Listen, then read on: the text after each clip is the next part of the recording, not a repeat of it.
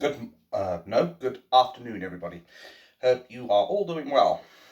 This will be a very quick video, probably no more than 5 minutes, because I'm hungry.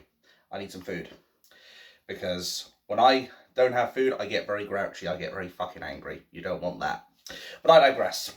I want to talk about this whole situation with Nigel Farage and Tommy Robinson, because, believe it or not, I used to be of the belief of maybe Nigel Farage is being the guy who's playing devil's advocate here.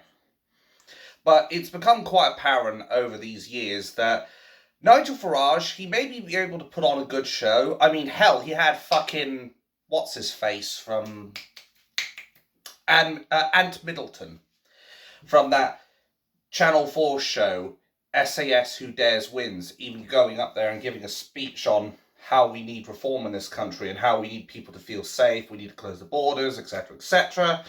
But here's the thing. Nigel Farage has always been very poor in judgment when it comes down to people who support Tommy Robinson, including myself, and people like Tommy Robinson himself. He's always been of this belief that he's part of the far right and he's a football hooligan, a thug, a lockdown protester, blah, blah, blah. But if he were to actually do a couple of minutes, maybe even 5 minutes of research, Nigel Farage would actually understand that Tommy Robinson has a lot more in common with Nigel Farage than Nigel Farage thinks. Those two could be working together, but instead, it's a big no.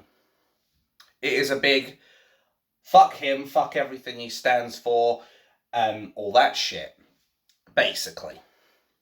But obviously, Tommy Robinson supporters, and Tommy Robinson himself, have decided they've had enough of this shit, and I've already done a video, personally, about how I'm not going to defend Nigel Farage anymore, because I, quite frankly, am sick and tired of him constantly throwing us under the bus. In fact, he's not even throwing us under a bus, he's throwing us under a fucking tank, quite frankly, and he's the cunt driving it.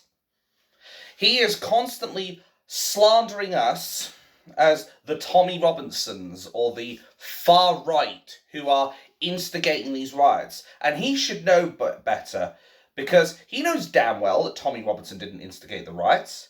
He didn't instigate fuck all. In fact, he's been calling for peace. And a lot of us people have not done that as well.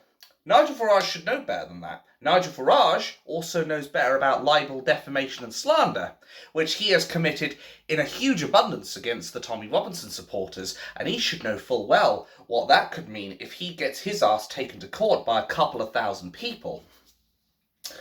But he's not worried about that. What he wants to do is, as Tommy's put it, he wants to ride the wave. He wants to ride the wave of popularity and massage his little ego.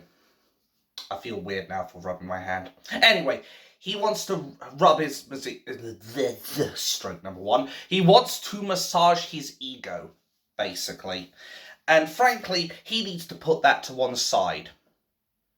Just like Tommy Robinson, if he has an ego, needs to put it to one side. Because we need to all talk together and work together. The one thing the left wing have always had better than us is cohesion and cooperation. They've been able to go together and work together far better than us. We want to be seeing them rip each other apart, not each other in our camp. We want to see them rip themselves apart. I want to see Keir the traitor Starmer get torn apart by his own group, not people within our groups, for fuck's sake. And Nigel Farage is not helping this situation right now by throwing us under the bus. That's why I don't want to defend him, quite frankly. Because why should I go out of my way to be like, alright, I forgive you, I'll keep defending you, for him to then just chuck us all under the fucking tank again? I'm not doing that shit anymore. I'm fed up of it. Of course, I think it's reprehensible that Nigel Farage has had a knife threat on him. I'll defend him on that much, but I'm not defending him other than that. I'm only going to defend him on what's completely reprehensible and against the law. Because that's just standards. But I'm sick and tired of Nigel Farage stoking the flames, stirring the pot. And I'm sick and tired of him having a go at the wrong people. He hasn't got the balls, whether up here or down there, or in my case both, to talk about the real issues in this country. He hasn't spoken once about Islam. And he's even of the belief now that we don't need mass deportations. I mean, need I say more? Nigel Farage, I said it before, and I'll say it here again. The way I look at it, you've got two choices. You either keep biting the hand that feeds you, and you'll have no one left to support you.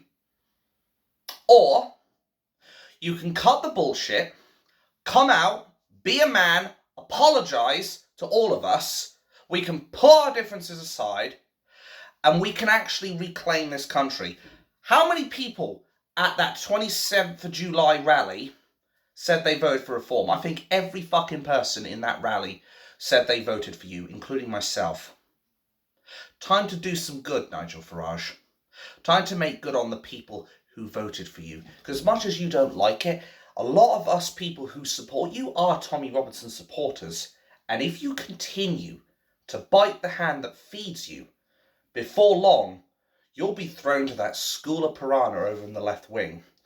And there'll be nothing left of you when they get their hands on you.